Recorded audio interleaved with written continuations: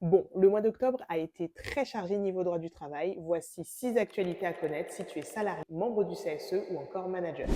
En numéro 1, la Cour de cassation vient de rappeler qu'un courrier qui exprime le mécontentement sur le comportement d'un salarié est une sanction disciplinaire. Autrement dit, une remarque écrite peut bloquer toute autre sanction pour les mêmes faits.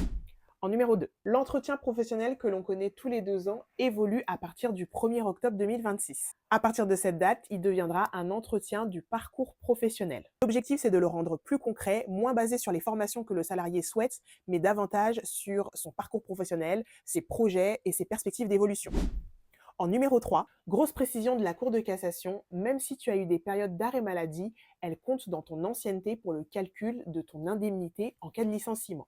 En numéro 4, passons aux élus du CSE. Jusqu'à présent, un élu ne pouvait pas faire plus de 3 mandats successifs dans une même entreprise de plus de 50 salariés. Désormais, un élu pourra se représenter sans restriction. L'objectif, c'était de renforcer la continuité et l'expérience des représentants du personnel.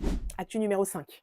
Vous le savez, je vous en ai déjà parlé, la Cour de cassation a tranché en ce qui concerne les tickets resto et les salariés en télétravail. Désormais, même les salariés en télétravail bénéficient des tickets resto comme leurs collègues sur site. Et point très important, si tu as été en télétravail durant les 3 dernières années et que tu n'as pas bénéficié de ces tickets resto, tu as le droit à un rattrapage. Et enfin, la 6e actualité. Sous sa forme actuelle, l'entretien ne peut plus comporter de critères moralisateurs. Par critères moralisateurs, on entend être loyal ou encore être de bonne humeur.